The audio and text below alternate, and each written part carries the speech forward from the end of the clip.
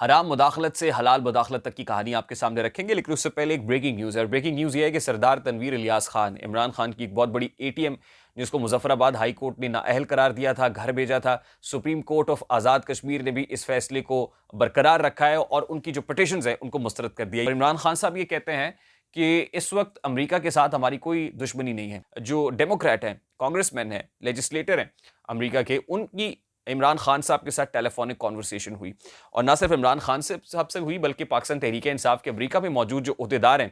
انہوں نے بھی 4 کانگریس مین کے ساتھ، جس میں بریڈ شرمن بھی شامل ہیں، ان کے ساتھ براہ راست ملاقاتیں کی اور جا کر ان کو یہ کہا کہ آپ اپنی حکومت کو یعنی بائیڈن ایڈمنسٹریشن کو آمادہ کیجئے کہ وہ جو ہمارے معاملات ہیں پاکستان کے، اس وقت عمران خان کے ساتھ جو کچھ ہو رہا ہے اس میں مداخلت کریں۔ السلام علیکم میرے سادہ سے پاکستانیوں، میرا نام ریحان طارق ہے اور آپ میرا یوٹیوب چینل اور فیس بک پیج دیکھ رہے ہیں۔ حرام مداخلت سے حلال مداخلت تک کی کہانی آپ کے سامنے رکھیں گے، لیکن اس سے پہلے ایک بریکنگ نیوز ہے۔ اور بریکنگ نیوز یہ ہے کہ سردار تنویر الیاس خان، عمران خان کی ایک بہت بڑی اے ٹی ایم جس کو مظفر آباد ہائی کورٹ نے نااہل قرار دیا تھا، گھر بھیجا تھا، supreme court of Azad Kashmir نے بھی اس فیصلے کو برقرار رکھا ہے اور ان کی جو پٹیشنز ہیں ان کو مسترد کر دیا۔ یعنی 1 ارب کی انویسٹمنٹ جو سردار تنویر الیاس خان نے کی تھی وہ تو بالکل ضائع ہو گئی۔ یعنی سردار تنویر الیاس جس کی مہمان نوازی کرتا رہا ہے، جس کی میزبانی کرتا رہا ہے، جس پر پیسے لوٹاتا رہا ہے، اور جہاں جہاں بیچارے نے جا کے ناک رگڑی، ایڑیاں رگڑی، اب وہ سارا جو ریاضت ہے، ساری ایکسرسائز ہے، اب ناکام ہو گئی ہے کیونکہ رجیم چینج تو ہو چکا، ہواؤں کا رخ بھی بدل چکا۔ اب سردار تنویر الیاس، وہ کہتے ہیں نا دھوبی کا کتا، نہ گھر کا نہ گھاٹ کا، تو اس وقت سردار تنویر الیاس نہ گھر کے ہیں، نہ اسٹیبلشمنٹ کے ہیں، نہ عمران خان کے کسی کام کے ہیں۔ تو معاملات اب بڑھ رہے ہیں آگے کی طرف، اور عمران خان صاحب یہ کہتے ہیں کہ اس وقت امریکہ کے ساتھ ہماری کوئی دشمنی نہیں ہے اور معاملات امریکہ سے بہت آگے چلے گئے ہیں، اب یہ لوکل مداخلت ہے۔ اصل میں یہاں جنرل باجوہ نے جو کچھ کیا اس کی وجہ سے ملک میں رجیم چینج ہوئی، امریکہ کا کوئی قصور نہیں ہے، اور امریکہ کے اندر جو لابسٹ فرم عمران خان صاحب نے ہائر کی تھی وہ پوری لابنگ کر رہی ہے، اور جو کانگریس مین ہیں ان سے ملاقاتیں ہو رہی ہیں۔ ٹیڈ لیو جو ڈیموکریٹ ہیں، کانگریس مین ہیں، لیجسلیٹر ہیں امریکہ کے، ان کی عمران خان صاحب کے ساتھ ٹیلی فونک کانورسیشن ہوئی، اور نہ صرف عمران خان صاحب سے ہوئی بلکہ پاکستان تحریک انصاف کے امریکہ میں موجود جو عہدیدار ہیں انہوں نے بھی 4 کانگریس مین کے ساتھ، جس میں بریڈ شرمن بھی شامل ہیں، ان کے ساتھ براہ راست ملاقاتیں کی اور جا کر ان کو یہ کہا کہ آپ اپنی حکومت کو یعنی بائیڈن ایڈمنسٹریشن کو آمادہ کیجئے کہ وہ جو ہمارے معاملات ہیں پاکستان کے، اس وقت عمران خان کے ساتھ جو کچھ ہو رہا ہے اس میں مداخلت کریں اور مداخلت کرائیں، الیکشنز کرائیں فوری طور پہ، جو لوگوں کو اٹھایا جا رہا ہے ان پر کیسز بنائے جا رہے ہیں، ہیومن رائٹس کا معاملہ ہے، تو آپ مہربانی کریں اور آپ اس میں انٹروین کریں۔ اگر آپ آواز بلند نہیں کریں گے تو پھر ہمارے ساتھ ہاتھ ہو جائے گا۔ تو اس وقت بائیڈن ایڈمنسٹریشن کے کلوز ہونے کی جو ہے وہ کوششیں پاکستان تحریک انصاف کی جانب سے کی جا رہی ہیں۔ یہ وہی عمران خان صاحب ہیں جنہوں نے سائفر لہرایا تھا اور مراسلہ لہرا کے یہ کہا تھا کہ ایبسلیوٹلی ناٹ، یہ امریکہ نے ملک میں سازش کرنے کی کوشش کی ہے۔ ڈونلڈ لو کو بھی بیچارے کو فل جو ہے نا آپ نے یہاں ڈیفیم کر دیا کہ ڈونلڈ لو جو ہے وہ پتہ نہیں کس بلا کا نام ہے، اور ڈونلڈ لو نے یہ سارا کچھ معاملہ چلایا، اور اس کے اندر پھر آپ نے وہاں پر تعینات جو سفیر ہیں اسد مجید صاحب، ان سے آپ نے یہ ایک مراسلہ بھی لکھوایا، اور مراسلے کے اندر اپنے کہے، اور اسد مجید صاحب نے جا کے نیشنل سیکیورٹی کمیٹی کے اندر بالکل سارا راز فاش بھی کر دیا۔ تو اس وقت عمران خان صاحب وہی جو اس وقت حرام مداخلت سمجھتے تھے امریکہ کی انٹرونشن کو، آج وہ امریکہ سے مدد مانگ رہے ہیں، کیونکہ لوکل اسٹیبلشمنٹ سے وہ مدد نہیں مل رہی ہے، اور لوکل اسٹیبلشمنٹ کا پارا ہائی کرانے کی کوشش کی جا رہی ہے کہ ان کا ٹیمپریچر اوپر جائے اور کسی طرح وہ غیر جمہوری اقدام جو ہے اٹھانے کے لیے مجبور ہو جائیں، کیونکہ بات چیت تو وہ کر نہیں رہے، غیر جمہوری اقدام اٹھائیں اور ملک میں مارشل لا لگا دیں، یہ پوری کوشش ہے۔ لیکن اس سے پہلے امریکہ کو کنونس کرنے کی کوشش کی جا رہی ہے، اور امریکہ کو یہ کہا جا رہا ہے کہ آئی ایم ایف کے ساتھ آپ نے ڈیل جو ہے نا وہ نہیں کرنا، یعنی آئی ایم ایف کو روکیں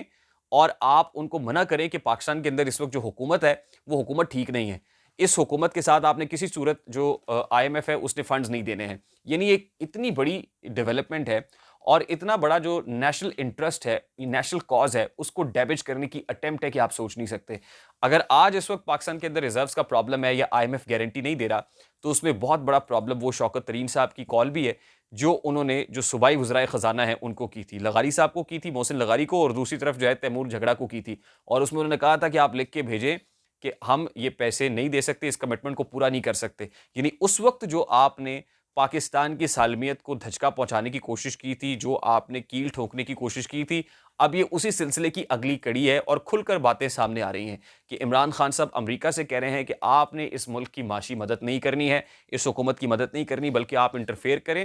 پریشر ڈالیں اور پریشر ڈال کے ملک کے اندر انتخابات کرائیں۔ امریکہ کوئی ہمیں لگتا ہے ویسے سیدھا سادہ سا سوال ہے اور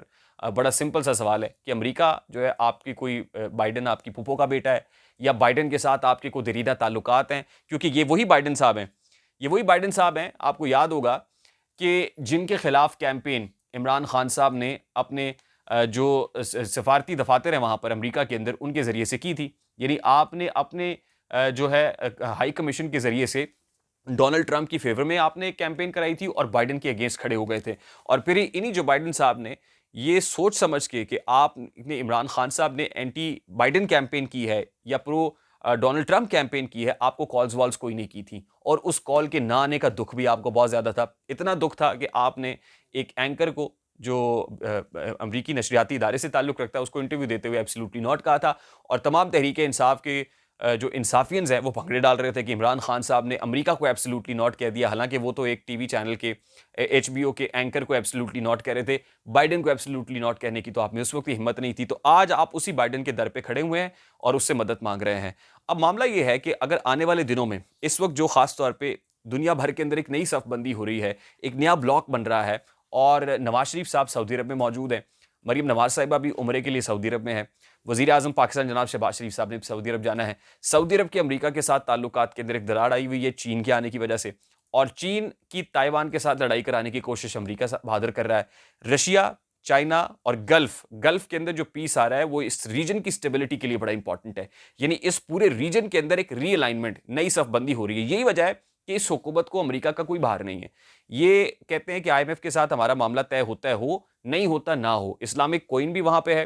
اور یہاں پر جو ہے وہ اسلامک کرنسی نئی انٹروڈیوس کرانے کی کوشش کی جا رہی ہے کہ اس کے اندر جو اسلامک ممالک ہیں وہ ٹریڈ کریں. وہ چین کو بھی قابل قبول ہوگی اور رشیا کو بھی قابل قبول ہوگی. تو ایک بہت بڑی ڈیولپمنٹ عالمی افق کے اندر ہو رہی ہے. اور ایسے میں عمران خان صاحب جو اینٹی امریکن ہوتے تھے اور امریکہ بہادر کے خلاف نعرے لگاتے تھے، ایبسلیوٹلی ناٹ کی باتیں کرتے تھے، ڈرون اٹیکس کے خلاف باتیں کرتے تھے،